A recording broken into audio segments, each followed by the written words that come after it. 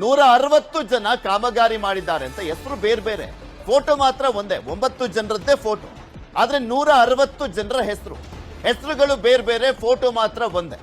ಪ್ರತಿದಿನವೂ ಕೂಡ ಒಂದೇ ಫೋಟೋವನ್ನ ಬಳಸಿ ನಕಲಿ ಬಿಲ್ ಅನ್ನ ಮಾಡಲಾಗ್ತಾ ಇದೆ. ಜುಲೈ 5, 6, 7ರಂದು ಅಪ್ಲೋಡ್ ಮಾಡಿರುವಂತ ಫೋಟೋಗಳು 20 ದಿನದ ಹಿಂದೆ ಸರ್ಕಾರದ ಅಧಿಕೃತ ವೆಬ್ಸೈಟ್ ನಲ್ಲೇ ಕರ್ಮಕಾಂಡ ಬಯಲಾಗಿದೆ. ಸರ್ಕಾರದ ಅಧಿಕೃತ ವೆಬ್ಸೈಟ್ ನೋಡಿ ಯಾವ ಮಟ್ಟಿಗೆ ಬಂಡ ಧೈರ್ಯ ಅಂದ್ರೆ, ವೆಬ್ಸೈಟ್ ನಲ್ಲಿ ಅಫಿಷಿಯಲ್ ಅಪ್ಲೋಡ್ ಮಾಡಲಾಗಿದೆ. ವೆಬ್ಸೈಟ್ ನಲ್ಲಿ ಕಣ್ಣಿಗೆ ರಾಚುವಂತಿದೆ, ಅದು ಭ್ರಷ್ಟಾಚಾರ ಅನ್ನುವಂಥದ್ದು. ನಿಮ್ಗೆ ತೋರಿಸ್ತಾ ಇದೀವಿ ನೋಡಿ. ಆ ಪಿಡಿಒಗಳ ಸಂಘದ ರಾಜ್ಯಾಧ್ಯಕ್ಷ ಬೇರೆ, ಇನ್ನು ಉಳ್ದಂತವ್ರ ಕತೆ ಹೇಳಿ.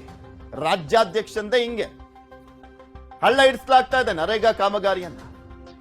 ಬಿಲ್ಲು 10% ಇದ್ದಿದ್ದು 100% ಬಿಲ್ ಮಾಡ್ಕೊಂಡಿದ್ದಾರೆ. ಅದು ಕಾಮಗಾರಿನೇ ಆಗದಲ್ಲೇ ಇರುವಂತ ಒಂದು ಕಾಮಗಾರಿಗಳಲ್ಲೂ ಕೂಡ ದುಡ್ಡನ್ನ ಹೊಡೆಯಲಾಗಿದೆ.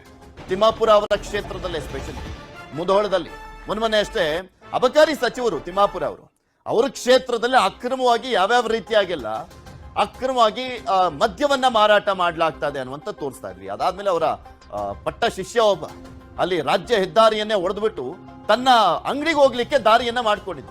ಈಗ ಮತ್ತೊಂದು ಪ್ರಕರಣ, 10% ಕಾಮಗಾರಿಗೆ 100% ಬಿಲ್ ಅನ್ನ ಕ್ಲಿಯರ್ ಮಾಡ್ಕೊಳ್ಳಲಾಗಿದೆ. ಕಾಮಗಾರಿ ನಡೆಸದೆ ನಕಲಿ ಫೋಟೋವನ್ನ ಹಾಕಿ ಬಿಲ್ ಕ್ಲಿಯರ್ ಮಾಡ್ಕೊಳ್ಳಲಾಗಿದೆ.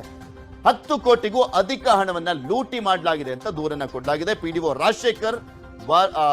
ರಾಜಶೇಖರ್ ವಿರುದ್ಧ ಲೋಕಾಯುಕ್ತದಲ್ಲಿ ದೂರು ದಾಖಲಾಗಿರುವಂತದ್ದು. 160 ಜನ ಕಾಮಗಾರಿ ಮಾಡಿದ್ದಾರೆ ಅಂತ ಹೆಸರು ಬೇರೆ ಬೇರೆ, ಫೋಟೋ ಮಾತ್ರ ಒಂದೇ. 9 ಜನರದ್ದೇ ಫೋಟೋ, ಆದ್ರೆ 160 ಜನರ ಹೆಸರುಗಳು ಬೇರೆ ಬೇರೆ, ಫೋಟೋ ಮಾತ್ರ ಒಂದೇ. ಪ್ರತಿದಿನವೂ ಕೂಡ ಒಂದೇ ಫೋಟೋವನ್ನ ಬಳಸಿ ನಕಲಿ ಬಿಲ್ ಅನ್ನ ಮಾಡಲಾಗ್ತಾ ಇದೆ. ಜುಲೈ 5, 6, 7ರಂದು